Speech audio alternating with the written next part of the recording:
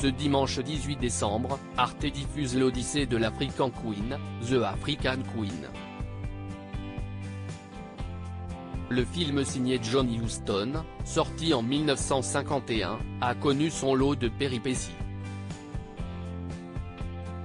D'ailleurs, le réalisateur et Humphrey Bogart ont évité la maladie de justesse grâce à un rituel inattendu.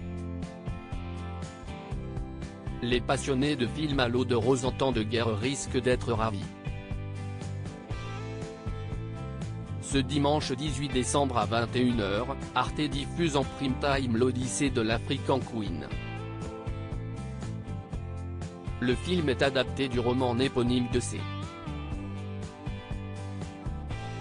S. Forrester et porté par Katharine Hepburn et Humphrey Bogart, qui a lui-même vraiment fait la guerre.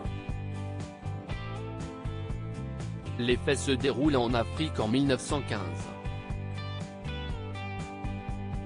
Charlie Halinut, incarné par Humphrey Bogart, livre des marchandises qu'il transporte sur son bateau, l'African Queen, avant de les distribuer dans les villages.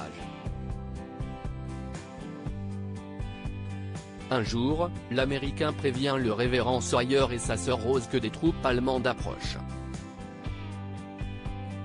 Voulant sauver la jeune femme, il revient le lendemain afin de la déposer en territoire neutre. Seulement voilà, cette dernière n'est pas du même avis et compte bien lutter. Elle l'oblige à descendre le fleuve pour rejoindre les Anglais. Humphrey Bogart et John Huston sauvés par l'alcool en 1950, l'équipe de l'Odyssée de l'African Queen s'est rendue en Afrique centrale. John Huston et Humphrey Bogart, qui a déjà été à l'affiche d'un autre célèbre film romantique, Casablanca, ont alors pris la mauvaise habitude de s'enivrer du matin au soir au whisky. Katharine Hepburn, elle, préférait carburer à l'eau. Seulement voilà, l'eau n'était pas toujours potable sur le lieu de tournage. Ainsi, la dysenterie, une grave inflammation intestinale, s'est emparée d'une bonne partie des personnes travaillant sur le film. Sauf les deux acolytes qui ont passé tout le séjour à ne boire que de l'alcool. D'ailleurs, le réalisateur allait même jusqu'à se laver les dents avec du scotch 15 ans d'âge. Ils font donc partie des rares personnes qui ne sont pas tombées malades.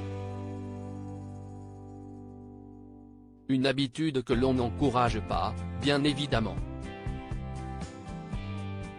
Rappelons que la consommation d'alcool peut être dangereuse si elle n'est pas faite avec modération.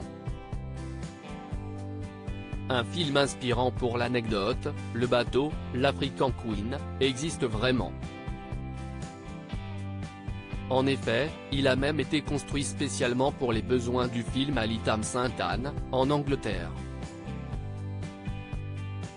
D'ailleurs, celui-ci a inspiré le bateau à vapeur qu'utilisent Donald Duck et ses neveux dans la bande dessinée La chasse aux crocos du Nil, publiée en 1988.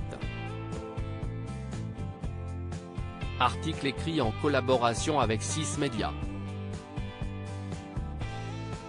À lire aussi Marlène Dietrich, Humphrey Bogart, Jean Gabin. Ces stars qui ont vraiment fait la guerre.